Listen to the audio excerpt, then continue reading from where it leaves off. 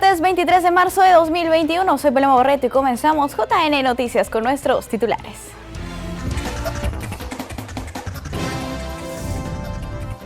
Titular de JN exhortó a los electores de Lima Metropolitana a observar hoy la exposición de candidatos al Congreso.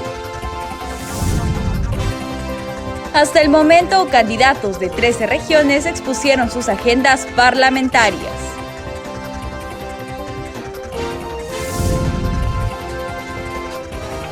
Más de 150 candidatos presentaron propuestas en diversos programas de televisión del JNE.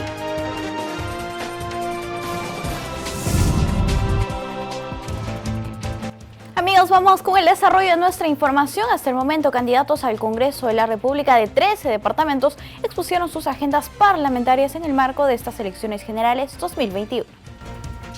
A puertas del 11 de abril, candidatos al Congreso de la República de distintas agrupaciones políticas y circunscripciones electorales del país expusieron las propuestas legislativas de sus partidos. Hasta el momento, los postulantes de 13 departamentos ya expusieron sus agendas parlamentarias en el marco de las elecciones generales 2021. Se trata de los aspirantes de Lambayeque, Apurímac, Huancavelica, Madre de Dios y Cusco, en donde se realizó la exposición el pasado 20 de marzo. En tanto en Junín, Moquegua, Pasco y Arequipa, al día siguiente, el 21 de marzo.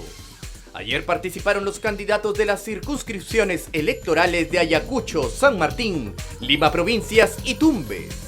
La estructura de los eventos descentralizados comprende 4 bloques. En el primero de ellos se abordan los temas prioritarios de la agenda nacional. En el siguiente, los planteamientos referidos a la lucha contra la corrupción. Se prosigue con las propuestas legislativas de las organizaciones para la circunscripción en particular, donde se desarrolla la actividad. Y en el último segmento se aborda el cierre de brechas sociales. Quedan pendientes las exposiciones del 24 de este mes en Amazonas, Ancash, Ica y La Libertad. En tanto en Cajamarca, Callao, Huánuco y Loreto se realizarán el viernes 26. Por último, el sábado 27 se realizarán en Tacna, Ucayali, Piura y Puno. Y por su parte, el titular del Jurado Nacional de Elecciones, Jorge Luis Salas Arenas, exhortó a los electores de Lima Metropolitana a observar la exposición de agenda de candidatos al Congreso de dicha circunscripción electoral, la cual se transmitirá hoy a las 9 de la noche por la señal de TV Perú y el canal JNTV. Veamos los detalles. El presidente del Jurado Nacional de Elecciones, Jorge Luis Salas Arenas, invocó a los electores de Lima Metropolitana a seguir con atención la intervención de los candidatos de esta circunscripción electoral hoy martes 23 y el jueves 25 de marzo, en la exposición de agenda parlamentaria que organiza el ente electoral por las elecciones generales 2021, con la finalidad de conocer las propuestas legislativas de las organizaciones políticas a las que pertenecen estos postulantes y puedan acudir a las urnas el 11 de abril próximo para emitir un voto informado eligiendo la alternativa más idónea. Esta exposición se realizará de manera virtual para prevenir contagios de la COVID-19, dada la alta cantidad de listas de intervinientes, y se transmitirá a partir de las 9 de la noche vía TV Perú y el canal JNTV, canales 44 y 516 de Movistar, así como en las redes sociales institucionales. De acuerdo al sorteo público efectuado el 16 de marzo pasado, hoy participarán Fuerza Popular, Perú Patria Segura, Partido Morado, Partido Popular Cristiano, Podemos Perú, Frente Amplio por Justicia, Vida y Libertad, FREPAP, Renacimiento Unido Nacional, Somos Perú y Unión por el Perú. En tanto, el próximo jueves 25 intervendrán los candidatos de las 10 agrupaciones restantes. Así tenemos a Avanza País, Contigo, Acción Popular, Partido Nacionalista Peruano, Renovación Popular, Alianza para el Progreso, Democracia Directa, Juntos por el Perú, Perú Libre y Victoria Nacional. Dado el número de participantes, la estructura del evento posee 2 bloques.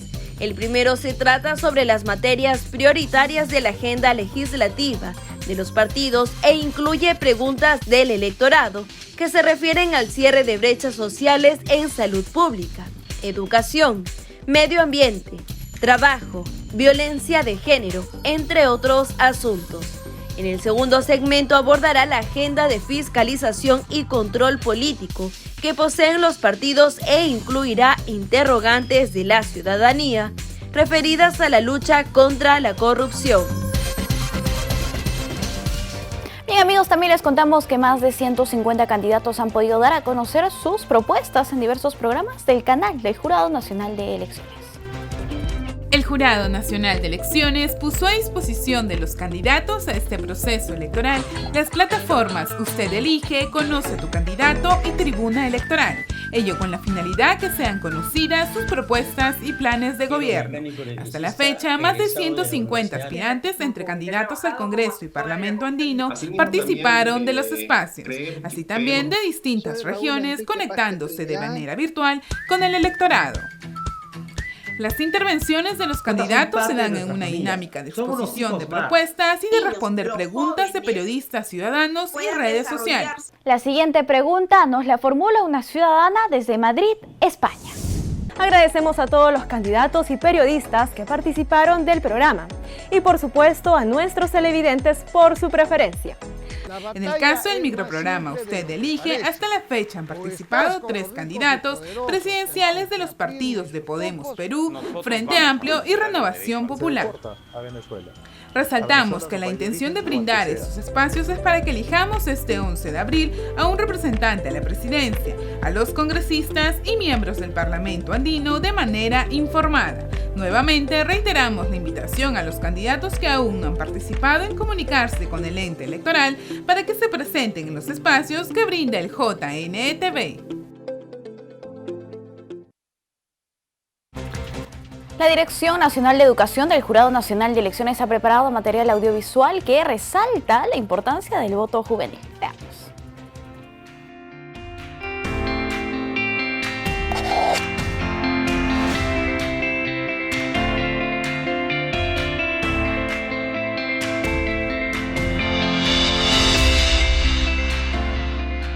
En el Perú habitan alrededor de 33 millones de personas. De ellas, 8 millones son jóvenes y representan 1/3 de la población electoral.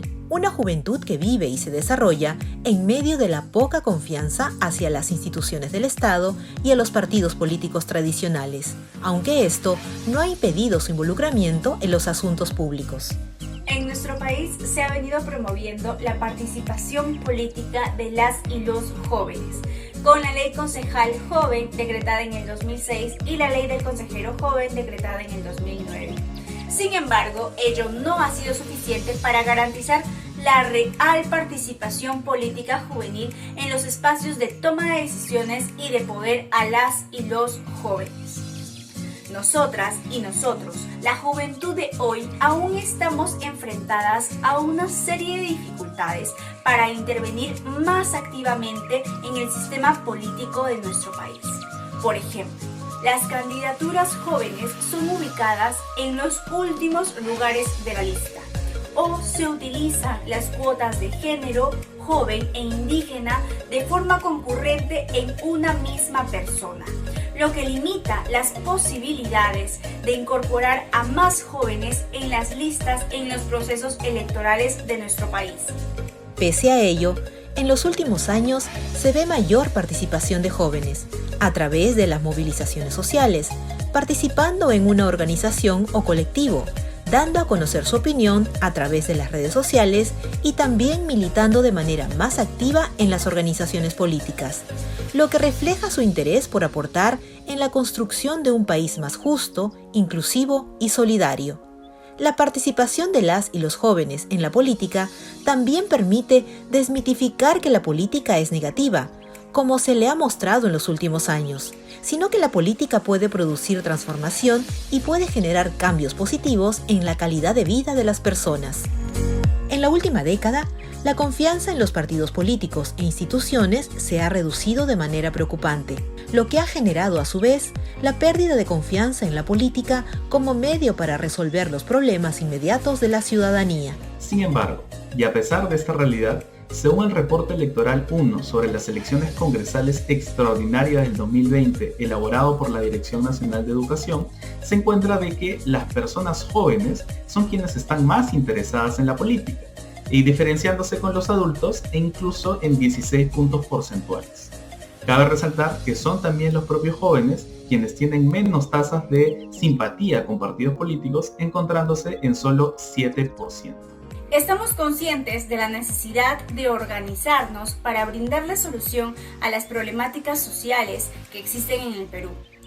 Por ello, preferimos buscar personas, grupos u organizaciones que se encuentren nada o menos involucradas con la política tradicional de nuestro país. Es responsabilidad del Estado, los partidos políticos y la comunidad en su conjunto buscar entender las motivaciones de las y los jóvenes y considerarlos como la fuerza que necesita nuestro país para lograr una sociedad más democrática, teniendo en cuenta sus ideas, propuestas y acciones, incorporándolos en los espacios de tomas de decisiones y trabajando con ellos por el desarrollo de nuestro país. El reto de los jóvenes es conseguir que sus ideas de igualdad, solidaridad y renovación comprometan a la sociedad en su conjunto y lideren el cambio en beneficio del país y las generaciones que están por llegar. Porque las y los jóvenes sabemos lo que pasa en nuestro país. No nos callaremos ni nos callarán.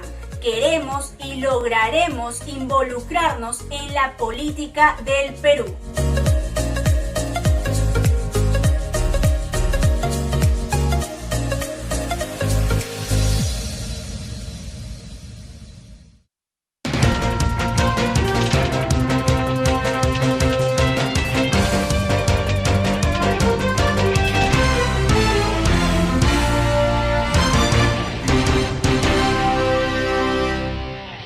Amigos, se acerca el día del debate presidencial o los debates presidenciales 2021. Hablaremos sobre la participación de los candidatos a la presidencia y la influencia que tienen en el electorado peruano. Hoy vamos a conversar con Enzo Higuera.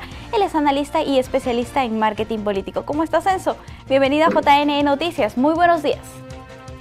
¿Qué tal, Paloma? Es un gusto estar con ustedes nuevamente para hablar ya acerca de estos temas coyunturales de elecciones que ya están pues a vísperas de que finalmente se pueda elegir a un nuevo presidente y a los parlamentarios de la República. Así es, Enzo. Hay mucho que hablar al respecto. El debate de candidatos presidenciales 2021 se realizará en 3 fechas, el 29, el 30 y el 31 de este mes. En cada fecha van a debatir 6 candidatos que ya han sido seleccionados a través de un sorteo. Ahora, en estos momentos hay un porcentaje de electores que todavía no han definido su voto. La pregunta es, Enzo, si es que estos debates van a ayudar a estos electores todavía indecisos a determinar por qué candidato van a sufragar este próximo 11 de abril. El debate va a ser es de hecho uno de los ítems más importantes de la campaña, de todo lo largo de la campaña electoral, considerando que por otro lado tenemos este contexto de información de muchos candidatos presidenciales y al Parlamento, pero que finalmente el debate les va a poder llevar a tener eso concreto, esa idea clara, esa idea principal que va a tener cada uno de los candidatos. Entonces va a haber toda la opinión pública, además que va a estar conectado, va a tener una impresión en el público, en principio que no se ha decidido, pero que además la decisión la puede llegar a definir el último día o el mismo día que va a votar, ¿no? Pero por otro lado, el impacto, uno de los recuerdos más importantes que va a tener va a ser este debate presidencial, la impresión, cómo reaccionaron los candidatos, cómo contestaron, qué dijeron y qué no dijeron, ¿no? Si el candidato está seguro, inseguro, etcétera. Entonces, esta impresión, esta foto es muy importante para ellos, pero que también, ojo, históricamente ha pasado, puede llevar a que un votante decidido termine cambiando su voto en favor de otro candidato.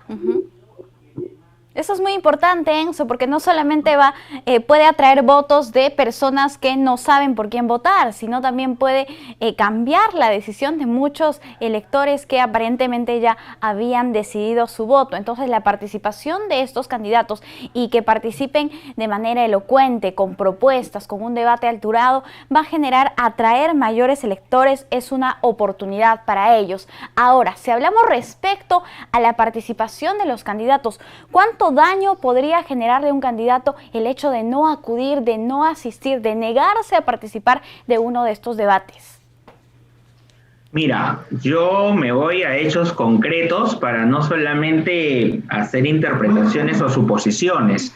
Por un lado, tenemos, y vamos a recordar una elección anterior, en donde un candidato que iba de primer lugar en las encuestas, estoy hablando del ex candidato en ese momento, el señor Reyardo, no fue al debate, y esto hizo que su aceptación disminuyera drásticamente y se precipitara. Él tenía la estrategia de que, como estaba arriba, no debía enfrentarse verbalmente porque esto le podría causar daño o no a las elecciones. Entonces él se excusó, le echó la culpa incluso a alguien del propio Jurado Nacional de Elecciones, pero la impresión que dejó es que finalmente buscó una excusa para no presentarse, ¿no?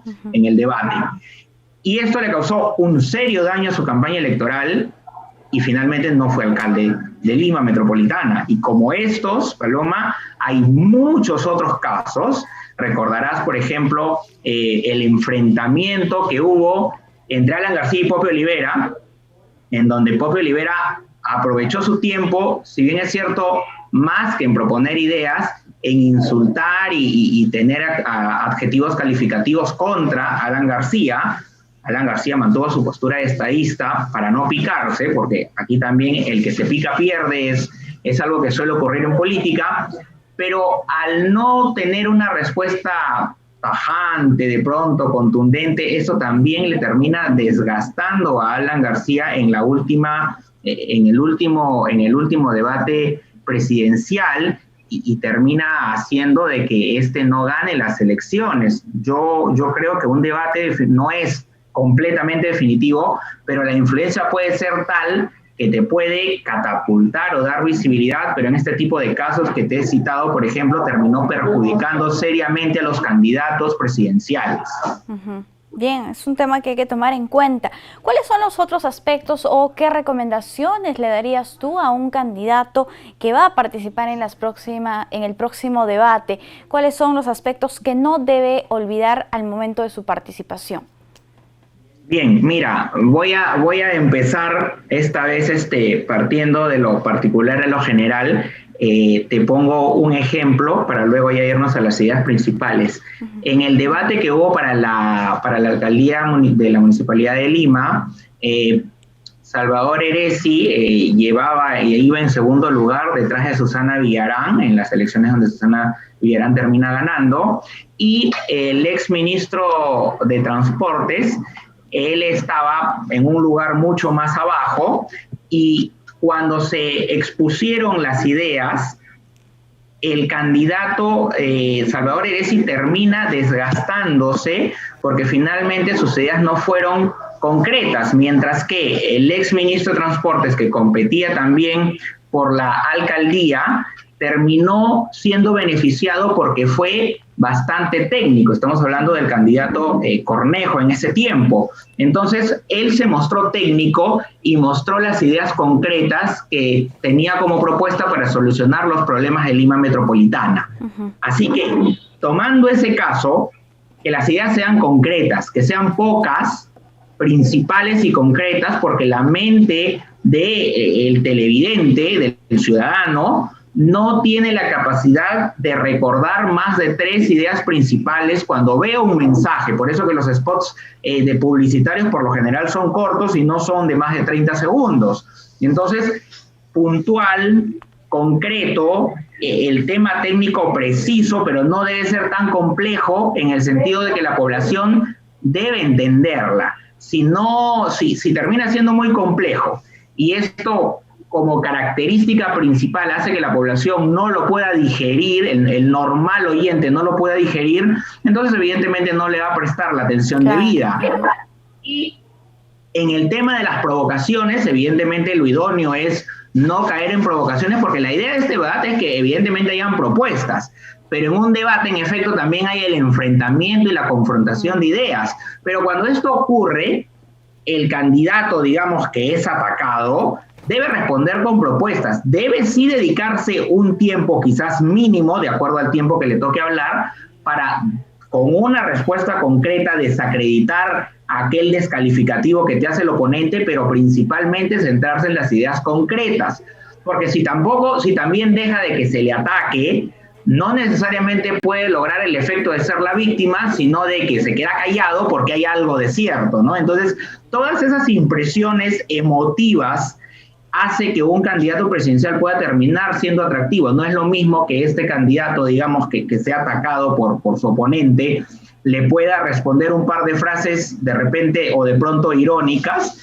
y con eso suficiente y continúa en el resto de su mensaje centrado en las propuestas, para que vean que evidentemente es un candidato que quizás es criollo en el sentido de tener una respuesta rápida, pero que principalmente es un candidato que tiene ideas constructivas, ¿no? Entonces, estas ideas fuerzas son las que deben primar en un candidato que se está además preparando para un debate. La preparación evidentemente es importante. El media training es tan trascendental, no solamente para las entrevistas, sino para un debate presidencial que va a ser televisado, porque una mala expresión corporal puede arruinar todo lo que quieres decir o el mensaje que quieres venderle al votante. Bien, listo, Enzo. Entonces las recomendaciones van por ideas concretas, no caer en provocaciones y también prepararse, porque los gestos, los modines, como dices, y sobre todo en política, todo, absolutamente todo cuenta. Ahora, ¿cuáles son los errores garrafales que podrían cometer dentro de este debate que incluso podría llevar a un candidato que se encuentra arriba en las encuestas a desaparecerlo totalmente? Bueno, mira, una de las características principales que no debe caer un candidato es, primero, el que se le muestre nervioso o que se le muestre inseguro de lo que dice. Otro tema principal es que las estadísticas que vaya a mencionar, si es que la va a citar, que debería además, porque un candidato que planea gobernar el país también es un estadista, y un estadista conoce de estadística, ¿no? Entonces, debería mencionar algunas cifras, pero estas cifras tienen que ser reales, concretas, de fuentes verificables, porque después del debate puede quedar muy bien aparentemente en el debate, pero puede haber otro candidato que conozca las cifras, y si este candidato exageró, se olvidó de las cifras o se confundió de las cifras por quizás el nerviosismo del momento, su oponente, al saber, puede evidenciar de que este candidato no está debidamente preparado. Y si no lo hace ningún candidato en este debate presidencial, lo va a hacer la opinión pública. Así es. Que va a ver los videos a través de las redes sociales y el internet. Entonces, este tipo de situaciones pueden ser muy garrafales y pueden terminar catapultando pues las posibilidades presidenciales que tenga un candidato, el no estar preparado, el mostrar no solamente la postura, sino la manera en cómo debe dirigirse a la población, cómo debe enfocarse en las cámaras, etcétera, ¿no? Estos elementos que son aparentemente complementarios terminan siendo trascendentales en un enfrentamiento cara a cara entre los candidatos. También existe el tema de las provocaciones, que muchas veces pueden ser o por parte del candidato o previas al debate entre los miembros que acompañan al candidato. Entonces, este tipo de situaciones es una estrategia que a veces en el pasado se ha utilizado con la finalidad de poner nervioso a un candidato político, ¿no? Entonces, este tipo de situaciones de ir frescos, de ir serenos, de ir confiados, pero después de la preparación, por supuesto, oportuna y necesaria para el debate más importante de sus vidas probablemente. Así es, Enzo. Y qué bueno que mencionas esto de la verificación de datos, porque en el momento que se dé el debate hay medios de comunicación que se dedican a hacer fact-checking y seguramente lo van a hacer el día del debate y también van a estar siendo verificados al momento. Entonces tienen que ser muy cuidadosos con lo que vayan a decir a la población. Y finalmente el ganador de este debate tiene que ser el electorado, que tiene que emitir un voto informado, un voto responsable el próximo 11 de abril. Enzo, muchísimas gracias por acompañarnos aquí en JN Noticias. Gracias a ti, Paloma, como siempre un gusto. Hasta una próxima oportunidad. Amigos, vamos a hacer una pausa y volvemos.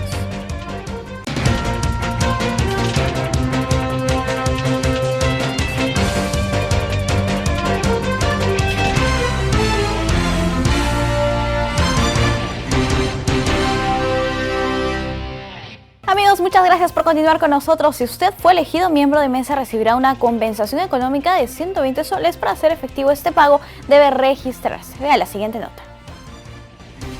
Los miembros de mesa que cumplan su rol en la jornada electoral del domingo 11 de abril del 2021 recibirán una compensación económica de 120 soles.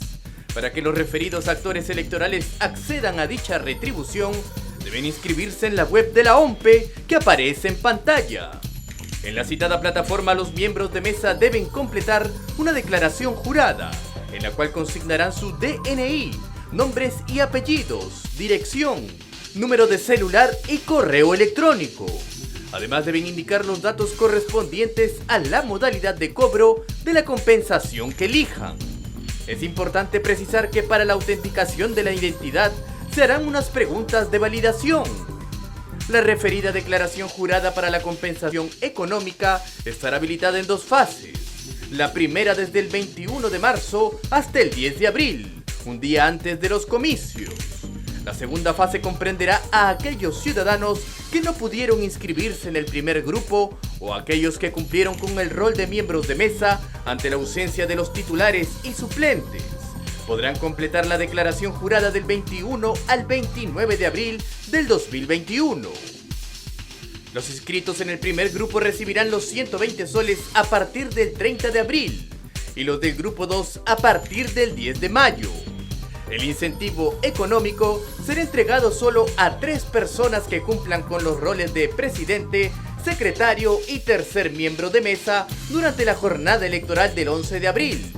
Y cuyos nombres y firmas figuren en las actas electorales. Amigos, el Jurado Nacional de Elecciones sigue difundiendo a través de su cuenta de TikTok videos para fomentar un voto informado este 11 de abril. Bajo un dedo sí, versión Elecciones Generales 2021. Bajo un dedo sí, ya conoces a los partidos políticos para estas elecciones. Bajo un dedo sí, ya stalkeaste a los candidatos al Congreso. Bajo un dedo sí, ya conoces a los candidatos a la presidencia. Bajo un dedo sí, si ya revisaste sus planes de gobierno. Bajo un dedo sí, si ya tienes por quién votar. Si bajaste los 5 dedos, estás listo para emitir un voto responsable. Solo un voto responsable podrá cambiar el futuro de nuestro país. Elige bien.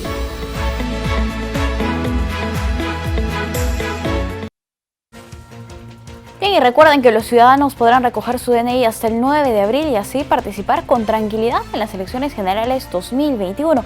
Así lo informó la jefa del RENIEC, Carmen Velarde. Veamos. Cada vez más cerca los comicios electorales. Por ello, los ciudadanos esperan recoger pronto su DNI, el cual será entregado hasta el 9 de abril en distintos puntos itinerantes como son Santa Anita, San Juan de Miraflores, La Molina, entre otros más. En ese sentido, la jefa del RENIEC, Carmen Velarde, informó que en Lima, el municipio de La Molina ya habilitó algunos espacios para la entrega de los DNI, con la finalidad de evitar las aglomeraciones en las agencias y exponerse a un posible contagio por COVID-19. Cabe resaltar que en las regiones de Puno, Cusco, Pucallpa, Piura, Chiclayo y Chimbote cuentan con puntos estratégicos para el recojo del documento nacional de identidad. Dichos puntos itinerantes estarán en funcionamiento hasta el 8 y 9 de abril en algunos casos y forman parte de una agresiva campaña del RENIEC para la entrega de DNI a los ciudadanos. Finalmente, la jefa del RENIEC expresó su satisfacción por la colaboración de la institución que dirige, al brindar el registro de datos del RENIEC para una mejor distribución con la actual etapa de vacunación contra el COVID-19. Les compartimos ahora el renovado ABC electoral del Jurado Nacional de Elecciones, el cual también lo pueden disfrutar de martes a jueves a las 9:55 de la noche por TV Perú al finalizar el programa Cara a Cara. Soy Juradito y les doy la bienvenida a esta nueva edición del ABC electoral del Jurado Nacional de Elecciones. Hoy les hemos preparado junto a mi equipo de reporteras un programa muy especial, con mucha información que fortalezca sus conocimientos electorales. Para empezar, tenemos el despacho de Paloma Barreto, quien nos explicará qué es la paridad y alternancia en un proceso electoral. Veamos.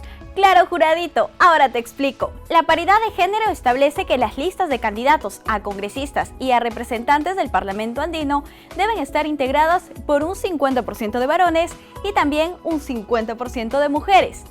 Y cuando nos referimos a alternancia, implica que los candidatos deben estar ubicados en forma intercalada en la lista, vale decir, una mujer, un hombre o un hombre, una mujer, y así sucesivamente hasta completar la nómina.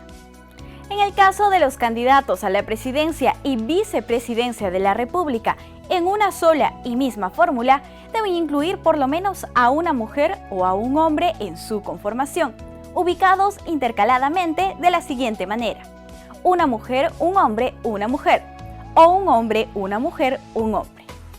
La aplicación de estas medidas para las elecciones generales 2021 permitirá que las mujeres tengan mayores oportunidades para acceder a cargos de representación política en nuestro país.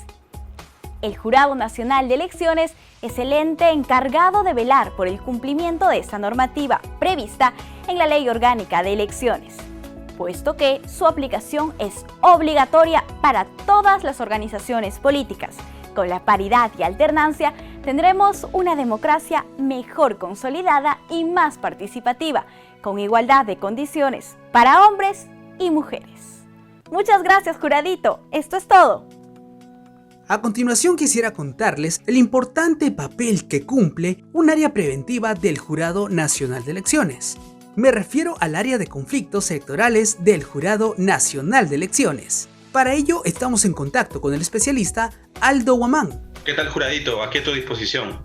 Aldo, ¿a qué llamamos conflicto electoral? A ver, Juradito, te explico. Un conflicto electoral es un tipo de conflicto social que ocurre entre actores que participan en la competencia por el poder político. Estos pueden ser actores políticos o sociales, ¿no?, que participan en un proceso electoral. Es importante recalcar, ¿no?, que no es necesario que un conflicto electoral sea violento, ¿no? Es decir, que la violencia es una posibilidad de un conflicto electoral. Este conflicto electoral, para que sea considerado como tal, tiene que ser manifestado en la esfera pública, ¿no? Tiene que estar manifestado en la esfera pública. Y bueno, un grupo de actores colectivos persiguen que sus intereses, valores, necesidades, objetivos pueden ser contradictorios, ¿no? Y esta contradicción gira en torno a la aplicación de alguna regla electoral, ¿no? Ah, ok. ¿Y cuál es la labor que ustedes realizan en el Jurado Nacional de Elecciones frente a estos conflictos?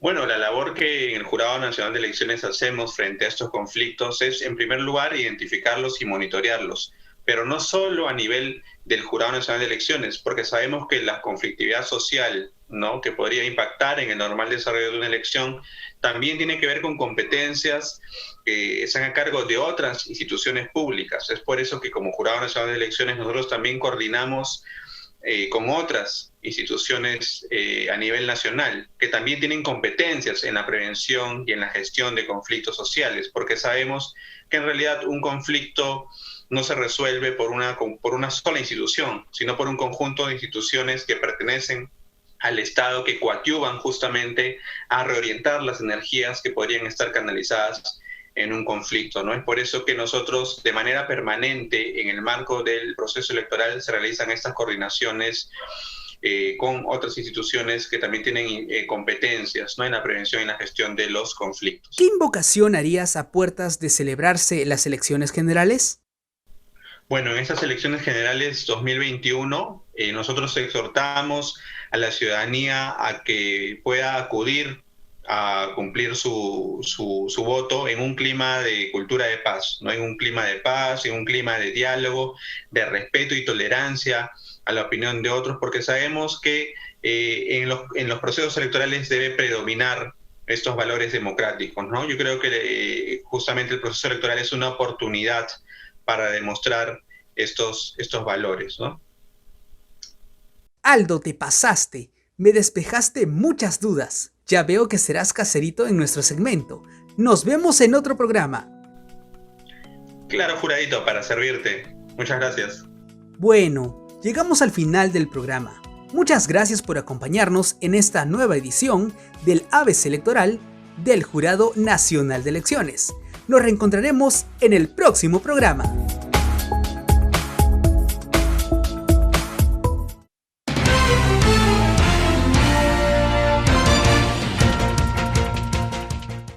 Amigos, la Defensoría del Pueblo ha presentado un último reporte sobre conflictos sociales, el número 204. Hoy nos encontramos con el señor Luis Alvarado. Él es comisionado de la Juntilla para la Prevención de Conflictos Sociales de esta institución. ¿Cómo está? Bienvenido a JN Noticias. Muy buenos días.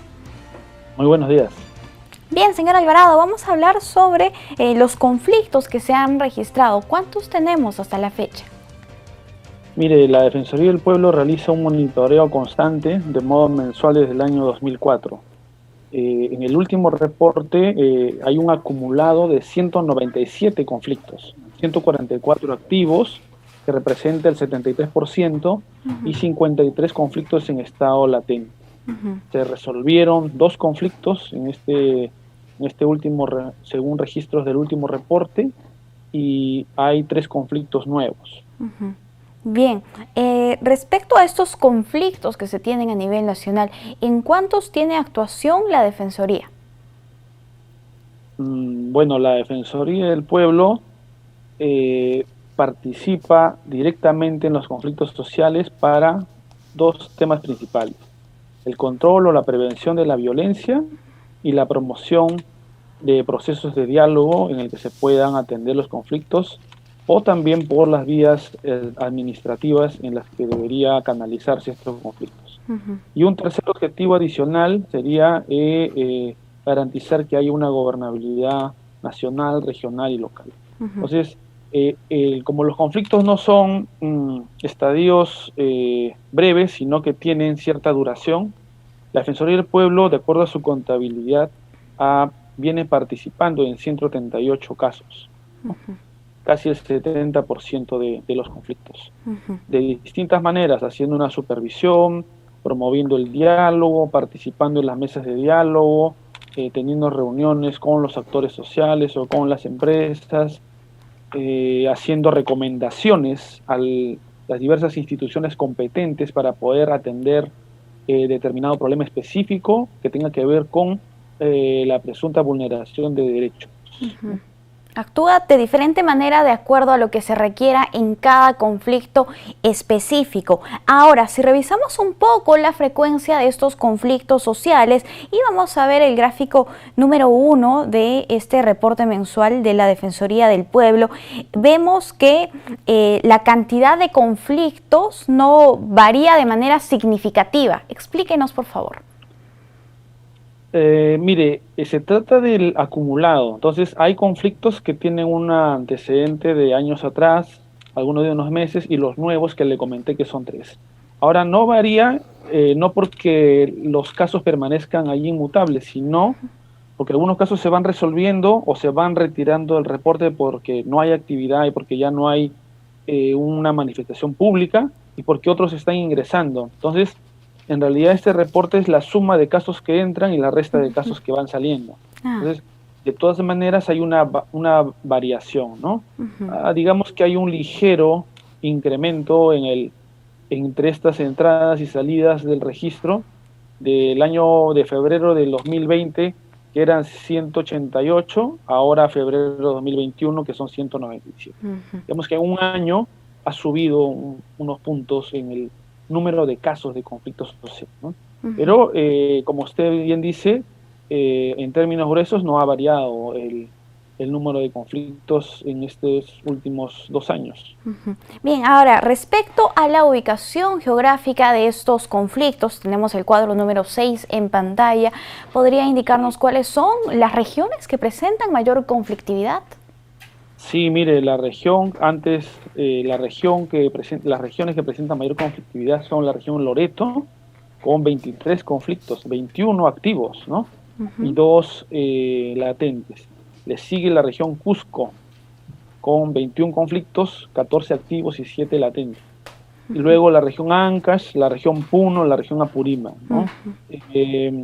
La región Loreto antes estaba por lo menos fuera de los 5 primeros, pero hay una mayor, digamos, conflictividad en esa región, ocasionada por asuntos que tienen que ver directamente con competencias del Estado, pero también por las actividades extractivas que se realizan en ese lugar, que involucran a muchas comunidades, ¿no? En distintos puntos, alejados unos de sí, pero a veces unidos por lo que se conoce por el oleoducto norperuano, ¿no? Donde se transporta el petróleo y el combustible extraído por estas empresas.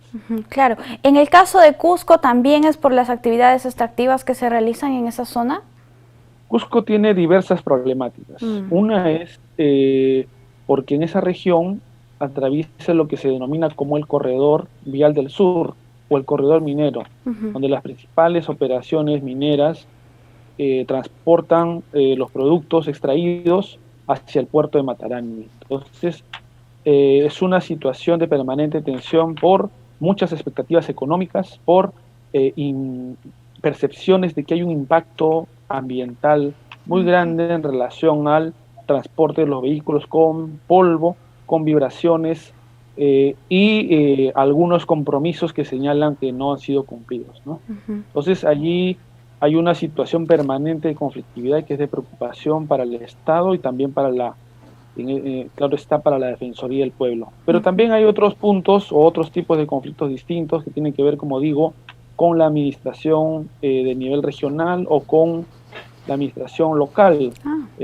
pedidos por la atención de servicios públicos o cosas muy específicas como el problema de los cocaleros, ¿no? De la convención, que reclaman mejores opciones de compra desde el Estado para poder tener sus productos, ¿no? Entonces, en el caso de NACO, ¿no? Que es reciente también, que está activo. ¿no? Entonces, en realidad hay una serie de problemáticas que se convierten en conflicto y que explican de alguna manera el número, ¿no? Pero no necesariamente todas están relacionadas entre sí. Son problemas muy puntuales dependiendo de cada territorio, de cada zona, ¿no? Una provincia, una región en general grande como es el Cusco, ¿no? Entonces, es ahora el donde concentra el mayor número de conflictos también, igual que Loreto.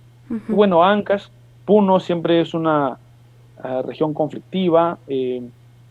Hay allí diversos tipos de conflictos, muchos que tienen que ver con socioambientales, pero también algunos con la atención de servicios públicos o demandas concretas a la autoridad regional o a las autoridades locales. Sí, justo en el siguiente gráfico vamos a especificar de qué tipo son estos conflictos, ¿no? Ya tenemos en pantalla el gráfico número 8, en el que se ve que la mayor cantidad de conflictos que tenemos en el país es de tipo socioambiental. ¿Qué es lo que está pasando en el país al respecto? Bueno, de acuerdo a la tipología de la Defensoría del Pueblo, el mayor número de conflictos acumulado y los nuevos en este último reporte sigue siendo los tipos de conflictos socioambientales. Y se relaciona principalmente a la explotación de recursos naturales y los impactos al medio ambiente, pero también a problemas sociales de relacionamiento que siempre suelen existir en las relaciones de la actividad económica con las zonas altoandinas, amazónicas, en general, donde se desarrolla o se suelen generar estos proyectos, ¿no? Son relaciones de tensión que en muchos casos han sido superados. Hay un esfuerzo grande por atenderlos a través de espacios de diálogo o diálogo directo entre las comunidades y las empresas, Y eso lo confirma también los propios datos de la Defensoría, ¿no? Que en relación al diálogo, casi el 65% de casos activos están en proceso de diálogo. Entonces, se tratan de procesos de diálogo, como mencioné anteriormente, largos, complejos, por las demandas, ¿no? Son un pliego de demandas que se presentan en gran número, dirigidas a distintos sectores, a distintos niveles de gobierno, pero también hay una multiplicidad de actores, ¿no? Frentes de defensa, comunidades, barrios, autoridades locales, entre otros, que generan esta complejidad en la que tiene el Estado el deber de atender estos conflictos. Entonces, de acuerdo a la tipología, le siguen, como decía, ¿no?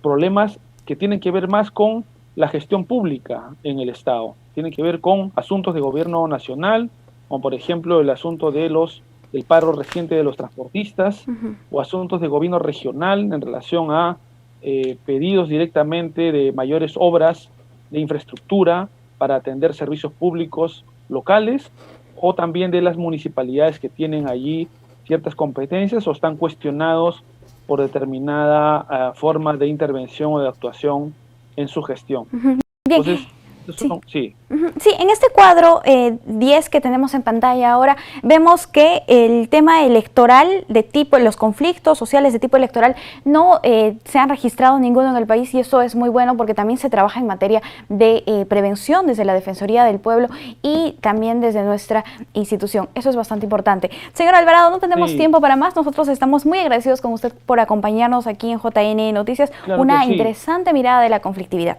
Solo quería agregar un punto, ¿no? En relación a los conflictos electorales, suelen presentarse casi antes, durante y después del proceso electoral, ¿no? En la experiencia de la Defensoría del Pueblo. Por eso es que todavía no hay, digamos, conflictos entendidos como conflictos electorales registrados por la institución. Pero hay que estar en permanente vigilancia en todo caso. Listo. Muchísimas gracias. Hasta una próxima oportunidad. Amigos, vamos a hacer una brevísima pausa y volvemos.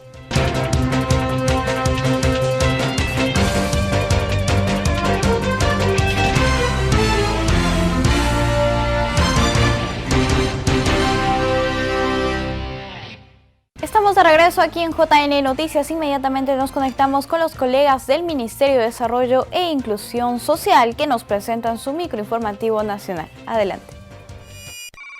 En este instante presentamos el informativo Midis.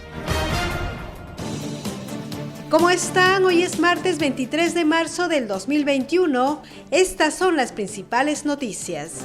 La ministra Silvana Vargas informó que el 92% de las municipalidades priorizadas ya han reactivado la red de soporte para el adulto mayor con alto riesgo y las personas con discapacidad severa, Reta Machay. Dijo además que mediante esta red se está facilitando el proceso de vacunación contra la COVID-19 a las personas adultas mayores. Fue durante su participación en la sesión de la Comisión de Inclusión Social y Personas con Discapacidad del Congreso de la República. La Reta Machay está sirviendo también como una plataforma para facilitar el proceso de vacunación de los adultos mayores.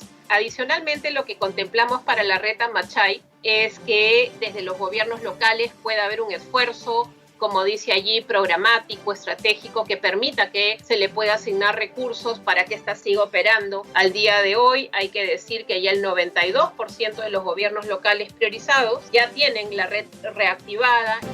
Asimismo, la ministra Vargas indicó que el programa Pensión 65 está empleando mecanismos inclusivos en la entrega de la subvención económica para sus usuarias y usuarios. Entre estos mecanismos se encuentran el pago a domicilio mediante las empresas transportadoras de valores, los llamados carritos pagadores, y el cobro a través de un tercero autorizado.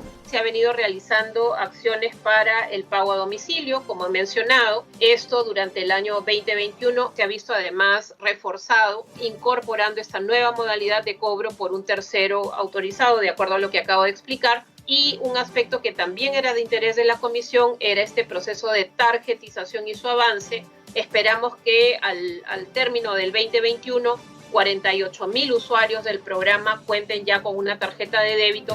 El MIDIS, a través del programa Foncodes y en alianza estratégica con el Ministerio de la Producción mediante el programa Compras a Mi Perú, lanzó la segunda convocatoria a las micro y pequeñas empresas MIPE a nivel nacional para la confección de uniformes de oficina y prendas complementarias para el personal de la Policía Nacional.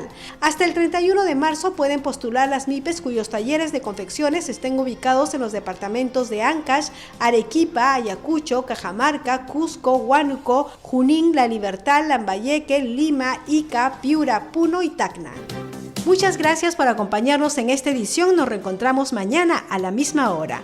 Hasta aquí el informativo MIDIS, una producción de la Oficina General de Comunicación Estratégica del Ministerio de Desarrollo e Inclusión Social. Ahora es momento de conocer las 5 noticias oficiales más importantes del día gracias a la Agencia de Noticias Andina. Bienvenidos. Desde la Agencia de Noticias Andina, estas son las 5 noticias del día. El presidente Francisco Sagasti ratificó que no autorizó ni consistió la vacunación irregular de la ex canciller Elizabeth Astete ni de cualquier otra persona. Mediante comunicado, se reitera que el mandatario tomó conocimiento de esta irregularidad cuando Astete presentó su renuncia al cargo. Para el mes de abril, se estarán vacunando contra el COVID-19 a 60.000 personas cada día en el Perú, afirmó el ministro de Salud, Óscar Ugarte. Agregó que el país tiene capacidad y personal para realizar las inmunizaciones y que se hagan en el plazo establecido, pues existen más de 67.000 brigadas de vacunación. La primera quincena de abril se iniciará el movimiento de tierras para la construcción del Aeropuerto Internacional de Chinchero en el Cusco. Esto permitirá adecuar el terreno para construir la infraestructura aeroportuaria. En total, serán removidos 12 millones de metros cúbicos de tierra. Las obras tomarán 2 años en ejecutarse. El Ministerio de Educación estableció disposiciones para las instituciones educativas públicas de educación básica regular y educación básica alternativa, que prestan el servicio a estudiantes matriculados con vacantes semipresenciales, con el fin de garantizar su derecho a la educación. La norma beneficia a los estudiantes que se trasladan o ingresen por primera vez al servicio educativo público a través de procesos extraordinarios de matrícula. Y atención, porque los especialistas del Programa Nacional de Alimentación Escolar Caliwarma recomiendan el consumo del mango por sus diversas bondades nutricionales, entre ellos su alto contenido de vitaminas A y C. El mango favorece el bienestar digestivo y el desarrollo de la flora intestinal.